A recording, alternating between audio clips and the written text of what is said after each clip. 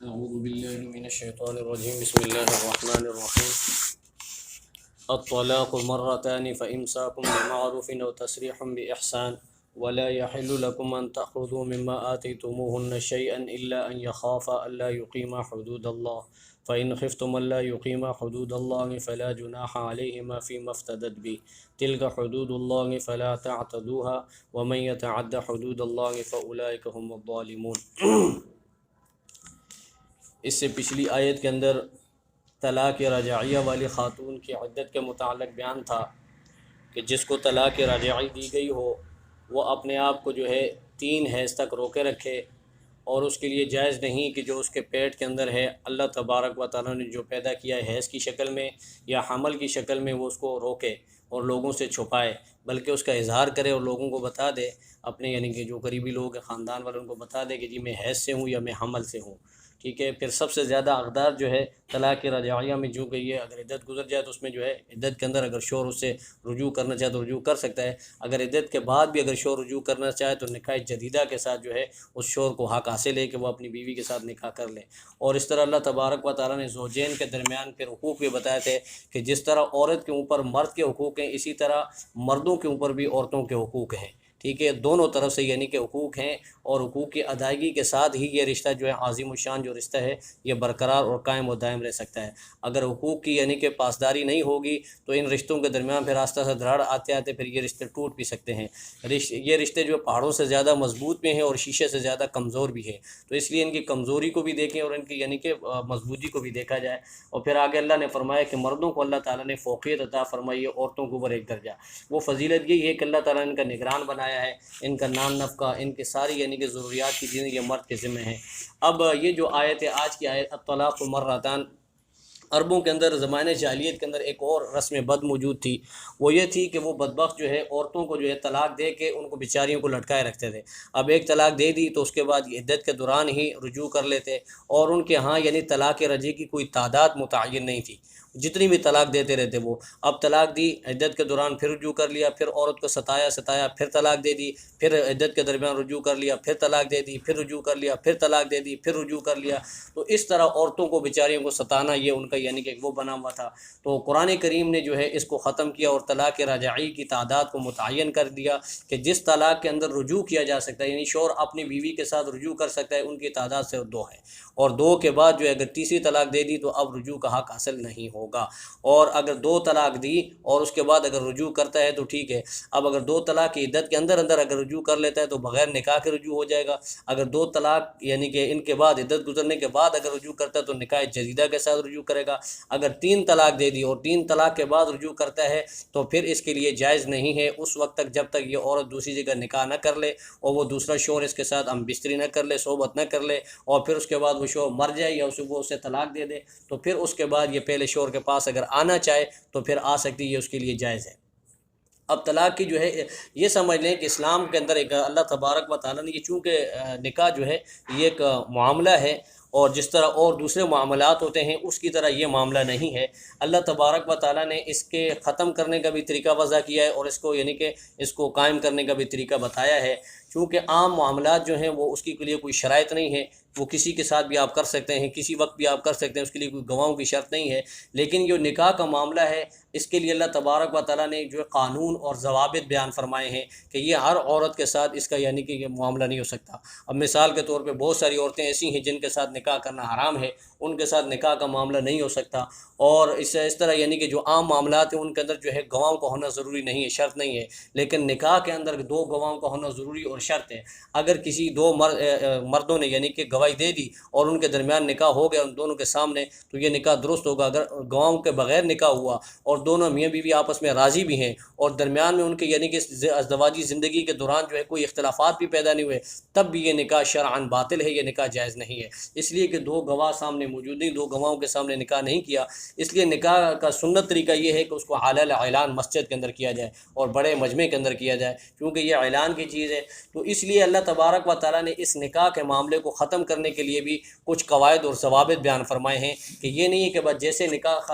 دوسرا معاملہ جو ہے اس کو ختم کر دیا تو فریقین کے درمیان جیسے یعنی کہ بات ختم ہوئی تو معاملہ ختم، پھر اس کے بعد یعنی کہ دوسرا معاملہ آپ شروع کر لیں، تو نکاح میں یہ نہیں ہے۔ اب نکاح کو ختم کرنے کے لیے بھی اللہ تبارک و تعالیٰ نے 3 درجے بتائے ہیں، جس کو 3 طلاقیں کہا جاتا ہے۔ وہ 3 درجات ہیں، ان 3 درجات کو استعمال کر کے آپ اس معاملے کو ختم کر سکتے ہیں، لیکن اس کے لیے بھی اللہ تبارک و تعالیٰ نے شریعت کے اندر جو ہے ایک ضابطہ مقرر کیا ہے کہ چونکہ اسلام چاہتا یہ ہے کہ یہ جو نکاح کا معاملہ یہ ہمیشہ قائم و دائم رہے اور اس کے درمیان دراڑیں نہ پیدا ہوں، یہ رشتہ ٹوٹے نہ، یعنی کہ یہ قیامت تک رہنے والے رشتے اللہ تبارک و تعالیٰ یہ چاہتا ہے کہ یہ خاندان کے اندر ہمیشہ باقی رہیں، ان رشتوں کے درمیان دراڑیں نہ، یہ رشتے ٹوٹے نہ۔ اب اگر یہ رشتے ٹوٹتے ہیں تو اس سے بہت سارے یعنی کہ دوسرے نقصانات ہوتے ہیں۔ اب ایک تو نسل کے اوپر فرق پڑتا ہے، اولاد کے اوپر بہت برا اثر پڑتا ہے، اور دوسرا پھر ان چیزوں سے نکل کر دونوں خاندانوں کے اندر بہت زبردست قسم کا یعنی ہنگامہ آرائی اور لڑائی کا خطرہ ہے، اور پھر یہ پورے معاشرے کو اپنی لپیٹ میں لے سکتا ہے۔ تو اس لیے یعنی کہ اس کی باریکی کو بھی سمجھنا چاہیے۔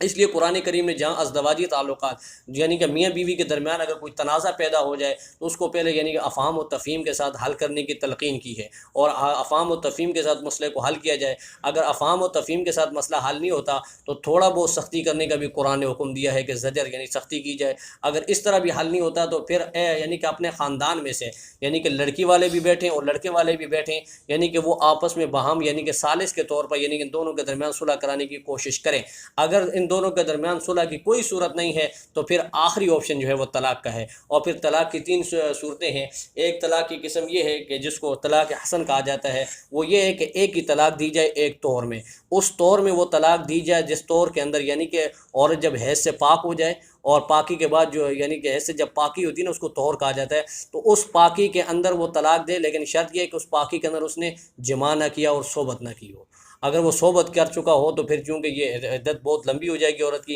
اور عورت کو اذیت ہے۔ اگر وہ حیض کے اندر طلاق دیتا ہے تو طلاق تو واقع ہو جائے گی، لیکن پھر عورت بیچاری کے اوپر اذیت ہوگی، عورت کی یعنی کہ مدت بہت لمبی ہو جائے گی۔ اب یہ جس حیض کے اندر یعنی طلاق دی ہے، یہ حیض تو عدت کے اندر شمار ہی نہیں ہوگا، پھر اس کے بعد وہ طور آئے گا، پھر وہ طور ختم ہوگا، پھر اس کے بعد یعنی کہ جب حیض کا مدت آئے گی تو پھر اس کے بعد یعنی کہ یہ اس کی عدت شروع ہوگی، تو اس لیے عورت بیچاری بہت لمبی یعنی کہ اس میں اذیت میں مبتلا ہو جائے گی۔ تو اس لیے منع فرمایا کہ ایسے طور میں طلاق دینے سے جس طور کے اندر آپ نے صحبت کی ہو۔ اگر صحبت کی ہے تو پھر اگر حمل کی صورت ہے تو پھر وضع حمل بہت ہی لمبا چلا جائے گا، پھر 9 مہینے 10 مہینے تک چلا جائے گا۔ تو اس لیے ایسے طور کے اندر طلاق جائز ہے جس طور کے اندر آپ نے جماع نہ کیا ہو اور صحبت نہ کی ہو، یہ تو طلاق حسن ہے۔ اور ایک دوسری طلاق ہے جس کو جو ہے طلاق سنت کہا جاتا ہے۔ امام مالک رحمۃ اللہ علیہ کے نزدیک تو 3 طلاقیں جو ہیں، جو تیسری طلاق ہے، 2 طلاق تو ان کے ہاں ثابت ہیں، تیسری طلاق کو وہ جائز ہی نہیں سمجھتے، وہ اس کو بدعت قرار دیتے ہیں۔ البتہ امام اعظم ابو حنیفہ رحمۃ اللہ علیہ جو ہے اس کو بدعت تو نہیں کہتے، لیکن وہ فرماتے ہیں کہ اس کا طریقہ کار یہ ہونا چاہیے، اس کو سنت میں شامل کرتے ہیں کہ ہر طلاق کو جو ہے طور میں دے، اس طور میں وہ طلاق دے کہ جس طور کے اندر بیوی سے صحبت نہ کی ہو، ٹھیک ہے، پھر دوسری طلاق دے اسی طور کے اندر جس میں صحبت نہ کی ہو، پھر تیسری طلاق دے اسی طور میں جس میں صحبت نہ کی ہو۔ تو اس طرح یعنی کہ الگ الگ 3 طوروں کے اندر یہ 3 طلاق دینا امام ابو حنیفہ رحمۃ اللہ علیہ اور دوسرے فقہائے کرام کے نزدیک سنت ہے، انہوں نے بدعت سے نکالا ہے، لیکن انہوں نے بھی اس کو مستحسن قرار نہیں دیا، انہوں نے بھی اس کو یعنی کہ اچھا قرار نہیں دیا کہ یہ 3 طلاقیں دینا یہ اچھا عمل نہیں ہے۔ اب چونکہ صحابہ کرام کے دور کے اندر جو ہے ایک طلاق واقع ہوا کرتی تھی، وہ یہ تھی کہ ایک طور میں طلاق دے دی، اب عورت کو اگر آپ رکھنا چاہ رہے ہیں تو اس کے آپ رجوع کر لیں، اگر رجوع نہیں کرتے تو جیسے عورت کی عدت ختم ہوگی، عدت ختم ہوتے ہی نکاح ختم ہو جائے گا، ٹھیک ہے نا جی۔ تو اب اس کو لمبا بیچارے کو گھسیٹنے کی کیا ضرورت ہے، اور یہ 3 فائر مارنے کی کیا ضرورت، جب ایک فائر سے مر رہی ہے چیز، ٹھیک ہے نا، اب شکار آپ کا ایک فائر سے ختم ہو رہا ہے، ایک آپ نے فائر کیا اس سے وہ مر رہا ہے، تو یہ 3 فائر اس کے اوپر کرنے کی کیا ضرورت ہے آپ کو، ٹھیک ہے، تو ایک ہی فائر کر دیں جس سے یعنی کہ مسئلہ بھی آپ کا حل ہو جائے گا اور طلاق بھی واقع ہو جائے گی۔ اور تیسری جو طلاق ہے وہ طلاق بدعت ہے، اور اس کو اللہ تبارک بہت ہی یعنی کہ خطرناک طلاق ہے وہ، اس کے بارے میں یعنی کہ شریعت میں بہت سختی آئی ہے کہ ایسی طلاق نہیں دینی چاہیے۔ نبی کریم علیہ الصلوۃ والسلام کے سامنے ایک شخص آیا اور اس نے آ کر اپنی بیوی کے بارے میں کہا کہ جی میں نے اپنی بیوی کو 3 طلاقیں دی ہیں، تو اللہ کے نبی بہت زیادہ ناراض ہوئے، اور اتنے ناراض ہوئے کہ ایک صحابی کھڑے ہوئے، انہوں نے کہا کہ اللہ کے نبی مجھے اجازت ہے میں اس بدبخت کا سر قلم کر دوں، ٹھیک ہے، یعنی اتنا یعنی آپ علیہ الصلوۃ والسلام نے 3 طلاق کو یعنی کہ ایک جنبش میں 3 طلاقیں دے دینا اس کو یعنی کہ برا عمل قرار دیا ہے، لیکن طلاق تب بھی واقع ہو جائے گی۔ اب اس کی مثال یوں سمجھیں کہ اگر کوئی شخص جو ہے کسی کو قتل کر دیتا ہے، یہ قتل کرنا برا فعل ہے، اب وہ شخص تو بیچارہ مارا جائے گا نا جی، جس کو گولی لگی اب گولی اس کو مار تو دے گی، لیکن اب یہ دیکھیں کہ بھئی یہ گولی جائز طریقے سے ماری ہے ناجائز طریقے سے، اس سے کوئی سروکار نہیں، بندے کا مرنا تھا وہ مر گیا، ٹھیک ہے نا، یہ اس کے اوپر موت واقع ہوگی، اب موت اس کی نہیں رک سکتی۔ تو اس طرح یعنی کہ یہ 3 طلاقیں جب دے دی تو یہ طلاقیں واقع تو ہو جائیں گی، مؤثر ہو جائیں گی، لیکن یہ اللہ تبارک و تعالیٰ کے ہاں بہت ہی ناپسندیدہ عمل ہے۔ اور خود نبی کریم علیہ الصلوۃ والسلام کی حدیث ہے کہ جب دونوں زوجین کے درمیان موافقت نہ ہو اور دونوں کے درمیان یعنی کہ آپس میں بن نہ رہی ہو، جب طلاق کا عمل آتا ہے تو اللہ تبارک و تعالیٰ نے اس کو حلال تو ضرور کیا ہے، لیکن ابغض الحلال الی اللہ الطلاق، اللہ کے ہاں سے حلال چیزوں میں سب سے ناپسندیدہ چیز جو وہ طلاق ہے، کیونکہ طلاق کے 2 خاندان جدا ہو جاتے ہیں اور بچوں کی لائف کا مسئلہ ہوتا ہے، بہت سارے مسائل پیدا ہوتے ہیں۔ تو یہ اللہ تبارک و تعالیٰ نے اس کے اندر یہاں پہ طلاق کے مسائل کو بیان فرمایا ہے کہ الطلاق مرتان، طلاق رجعی یعنی جس طلاق کے دوران رجوع کیا جا سکتا ہے اس کی تعداد 2 ہے۔ زمانہ جاہلیت کی طرح نہیں کہ ایک طلاق دے دی پھر عدت کے اندر رجوع کر لیا، پھر طلاق دی، پھر رجوع کر لیا، پھر طلاق دی، پھر رجوع کر لیا، کوئی تعداد نہ ہو، کوئی متعین نہ ہو، تو اس کو اسلام نے ختم کر دیا۔ طلاق رجعی کی تعداد کو 2 کر دیا کہ 2 طلاقیں رجعی، اس کے اندر آپ رجوع کر سکتے ہیں، اس کے اندر اگر آپ نے رجوع کر لیا تو وہ آپ کی بیوی ہے، آپ کے ساتھ رہے گی۔ اگر آپ نے اس کے اندر رجوع نہیں کیا تو اگر وہ عدت گزر گئی تو اس کے بعد اگر آپ نکاح کرنا چاہتے تو جدید نکاح جدیدہ کے ساتھ آپ اس کے ساتھ نکاح کر سکتے ہیں۔ لیکن اگر آپ نے 3 طلاقیں دے دیں تو 3 طلاقوں میں یہ آپ کے پاس پھر کوئی آپشن باقی نہیں رہتا، پھر اگر آپ عورت کی طرف رجوع کرنا بھی چاہیں تو رجوع نہیں کر سکتے، اس لیے کہ اب وہ عورت جب تک کسی دوسرے شوہر سے نکاح نہیں کرے گی، پھر اس کے بعد وہ اس کے ساتھ ہم بستر نہیں ہوگا، پھر اس کے بعد جو وہ عدت گزارے گی یا وہ شوہر مر جائے یا وہ شوہر طلاق دے دے تو پھر اس کے بعد دوبارہ اگر اس کے پاس آنا چاہے تو یہ صورت ہے، تو باقی کوئی صورت نہیں۔ اس لیے اسلام نے کہا کہ اس کو آپ نے آپ کو جو اختیار دیا گیا اس کو آپ استعمال کریں۔ اب چونکہ طلاق کا معاملہ جو ہے یہ اللہ تبارک و تعالیٰ نے مرد کے حوالے کیا ہے، مرد کی ذمہ داری ہے، طلاق جو مرد کی ذمہ ہوتی ہے۔ اب شوہر کو جو ہے یہ ذمہ داری دی گئی ہے کہ آپ سوچ سمجھ کر، تدبر کے ساتھ، تفکر کے ساتھ، تحمل کے ساتھ اس کام کو استعمال کریں۔ اب ایسا نہیں کہ جو تھوڑی بہت ناراضگی آئی آپ نے فوراً کہا جی میں تجھے طلاق دیتا ہوں، یہود کی طرح ایسا نہ ہو، ٹھیک ہے نا، اور بالکل عیسائیوں کی طرح آپ کو مجبور محاذ بھی نہیں کیا کہ نہیں جی ایک دفعہ جو ہے آپ دونوں کی شادی ہو گئی تو اب آپ کو موت ہی جدا کر سکتی ہے، اس کے علاوہ کوئی طریقہ کار نہیں۔ تو اسلام نے یہ آپشن آپ کے سامنے رکھا ہے کہ ازدواجی زندگی اگر آپ آپس میں چل نہیں رہی ہے، بن نہیں رہی ہے، موافقت نہیں ہو رہی، ذہن آپس میں نہیں مل رہے، طبیعت آپس میں نہیں مل رہی اور دونوں کے آپس میں یعنی کہ ذہن سازی نہیں ہو رہی ہے، تو اب آپ آپس میں الگ اختیار کر سکتے ہیں۔ عورت مرد کو جو ہے اختیار دیا طلاق کا، اور عورت کو بھی مجبور نہیں کیا کہ اب عورت بیچاری کے پاس کوئی آپشن ہی نہ ہو، اب عورت جو ہے ظلم سہتی رہے، اس کے اوپر ظلم پہ ظلم ہوتا رہے اور وہ عورت کے پاس کوئی اختیار نہ ہو۔ تو اسلام نے عورت کو بھی اختیار دیا ہے، وہ یہ ہے کہ خلا، اب اگر عورت کے اوپر ظلم ہو رہا ہو، مرد اسے نہ طلاق دے رہا ہو نہ اس کے حقوق کو ادا کرتا ہو، تو عورت جا کے اسلامی عدالت کے اندر جو اپنا کیس دائر کرے اور وہاں پر جو ہے خلع کا کیس ہوگا، پھر اس کے بعد جو ہے خلع کر لیں گے، ٹھیک ہے۔ خلع کی پھر 2 صورتیں ہیں، یہ جو ہے اس کو طلاق بالمال بھی کہا جاتا ہے، یعنی عورت کو یعنی کہ مال کے بدلے جو طلاق دی جائے، جس کی 2 صورتیں ہیں۔ ایک صورت یہ ہے کہ عورت جو ہے مطالبہ کرے، اب عورت کی بن نہیں رہی ہے، وہ عورت جو ہے اپنے شوہر سے مطالبہ کرے کہ جی آپ مجھے اتنے مال کے بدلے طلاق دے دو، ٹھیک ہے، اور شوہر اس کو اگر منظور کر لیتا تو یہ طلاق واقع ہو جائے گی۔ وہ اگرچہ لفظ طلاق نہ بھی کہے، یہ نہ کہے کہ میں نے تمہیں طلاق دی، یہ نہ بھی کہے، وہ صرف یہ کہہ لے جی کہ مجھے منظور ہے، تو طلاق واقع ہو جائے گی۔ دوسری صورت یہ ہے کہ مرد شوہر کہے عورت کو کہ جی آپ مجھے اتنے مال کے بدلے میں جو میں آپ کو طلاق دیتا ہوں۔ اس کا حکم یہ ہے کہ اگر عورت اس کو قبول کرتی ہے تو طلاق واقع ہو جائے گی، اگر عورت قبول نہیں کرتی تو یہ طلاق واقع نہیں ہوگی، ٹھیک ہے۔ تو یہ سارے مسائل اس کے اندر ہیں، اس کو یعنی کہ خلع بھی کہا جاتا ہے، اور اس کے اندر اگلی آیت آ رہی ہے جہاں پہ خلع کا حکم ہے کہ اگر یہ دونوں آپس میں یعنی کہ نہیں کر سکتے، نباہ ان کا نہیں ہو سکتا، تو یہ عورت جو ہے خلع کرائے۔ تو اس کے بارے میں ایک واقعہ بھی لکھا ہوا ہے کہ ایک ثابت بن قیس رضی اللہ تعالیٰ عنہ، ان کی زوجہ جو ہے حضور علیہ الصلوۃ والسلام کی خدمت میں آئی اور آ کر کہا کہ اللہ کے نبی میں ان کے ساتھ نہیں رہنا چاہتی، کہا کہ یہ شخص جو ہے دیندار بھی ہیں، پرہیزگار بھی ہے، سب کچھ ہے، لیکن یہ کالا کلوٹا ہے، سیاہ رنگ کا ہے اور پستہ قد کا ہے، اور جب کہیں 5-6 بندوں کے سامنے کھڑا ہوتا ہے وہ اس کو میں دیکھتی ہوں تو مجھے بہت برا لگتا ہے، یعنی کہ میرا دل اس کو نہیں چاہتا، باقی یہ دیندار بھی ہے، سب کچھ ہے، لیکن میرا دل نہیں اس کے ساتھ مل رہا، تو لہٰذا جو ہے میں ان سے خلاصی چاہتی ہوں۔ اللہ کے نبی نے ثابت بن قیس کو بلایا اور کہا کہ بھائی جو آپ ایسا کرو کہ آپ اسے طلاق دے دو، اور جو آپ نے اس کو باغیچہ دیا ہے، وہ باغ دیا ہے، وہ باغ آپ کو یہ واپس کر دیتی ہے۔ اس نے کہا کہ اللہ کے نبی میں باغ بھی دوں گی اور باغ کے علاوہ اگر کچھ مانگنا چاہتا ہے تو میں وہ بھی دوں گی، لیکن میری جان چھوڑ دیجیے، ٹھیک ہے۔ تو بہرحال وہ طلاق یہ اسلام کا پہلا خلع تھا جو واقع ہوا۔ تو یہ اللہ تبارک و تعالیٰ نے ساری چیزیں جو اسلام کے اندر رکھی، ٹھیک ہے نا۔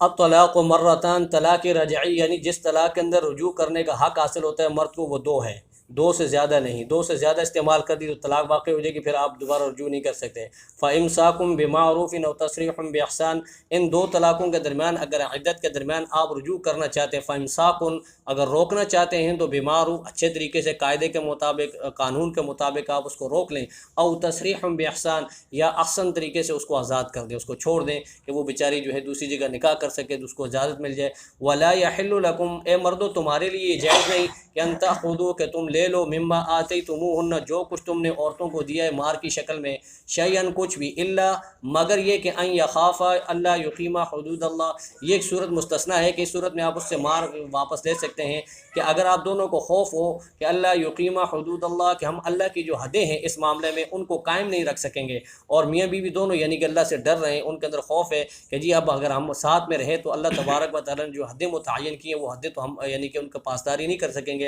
تو پھر فرمایا کہ فَإِنْ خِفْتُمْ، اب یہ مسلمانوں کے عام یعنی کہ مجمع کے لیے عام مسلمانوں کے لیے حکم ہے کہ فَإِنْ خِفْتُمْ اگر تمہیں خوف ہو کہ اللہ یقیما حدود اللہ کہ یہ دونوں جو ہے اللہ کی حدوں کو قائم نہیں رکھ سکیں گے، تو فلا جناح علیہما، تو پھر کوئی گناہ نہیں ان دونوں پر، فی مفتدت بھی کہ عورت جو ہے معاوضہ دے کر یعنی کہ کچھ پیسے دے کر اپنی جان چھڑا لے، تو پھر دونوں صورتوں میں گناہ نہیں ہوگا۔ اس میں ایک اور مسئلہ بھی سمجھ لیں، اگر یہ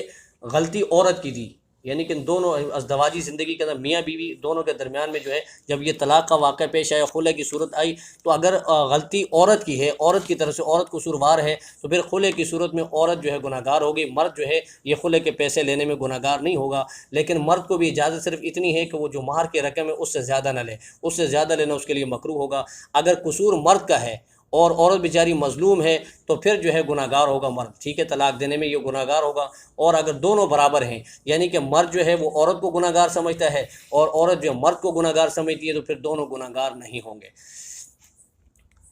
فلا جناح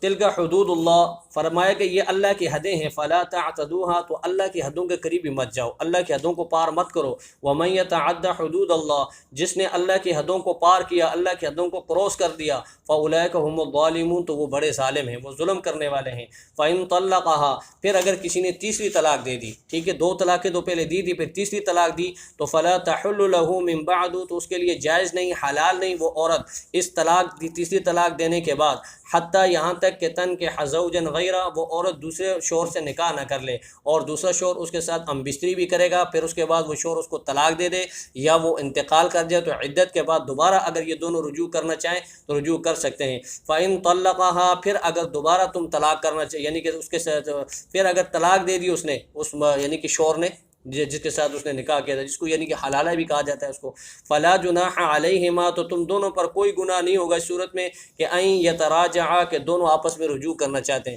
لیکن ان ظنا، کہ یقین آپ کو کامل یہ ہو کہ ان یقیما حدود اللہ، کہ اب ہم اللہ کی حدوں کو قائم رکھ سکیں گے، جو اللہ تبارک و تعالیٰ نے اس کے متعلق جو احکامات دیے ان احکامات کے اوپر ہم عمل کر سکیں گے تو ٹھیک ہے۔ وَتِلْكَ حدود اللہ، یہ اللہ کی حدیں ہیں، یبینها، اللہ تبارک و تعالیٰ کھول کر ان کو بیان کرتا ہے، لقوم یعلمون، سمجھدار لوگوں کے لیے، علم والے لوگوں کے لیے، عقل والے لوگوں کے لیے، جن کو سمجھ بوجھ ہے تو وہ ان مسائل کے اندر جو ہے رجوع کرتے ہیں قرآن کی طرف، حدیث کی طرف، علماء کی طرف، اپنی طرف سے جو ہے پہلے طلاق دے کر پھر علماء سے رجوع نہیں کرتے کہ جی میں نے طلاق دے دی، اب آ کے مسئلہ پوچھ رہے ہیں کہ جی اب میری بیوی کو طلاق ہوئی کہ نہیں ہوئی۔ بھائی خدا کے بندے، طلاق سے پہلے جو ہے مسائل پوچھو، جا کے علماء کے پاس جاؤ کہ جی میری بیوی کے ساتھ میری بن نہیں رہی، اسلام کے اندر یعنی کہ اس کا کیا طریقہ کار ہے، میں اپنی بیوی کے ساتھ کیسے نباہ کروں، تو اس کا اسلام نے پورا طریقہ بتایا ہے، ٹھیک ہے نا جی۔ پہلے آپس میں یعنی بنانے کی کوشش کرے، فہم و تفہیم سے مسئلہ حل ہو رہا ہے، ٹھیک ہے، ہلکی پھلکی سزا دینے کی بھی اسلام نے اجازت دی عورت کو، ٹھیک ہے نا جی۔ اور پھر اس کے بعد اگر نہیں ہو رہا تو دونوں فریق سے کچھ حضرات بیٹھیں، وہ آپس میں یعنی کہ اس بارے معاملے میں بیٹھ کر یعنی کہ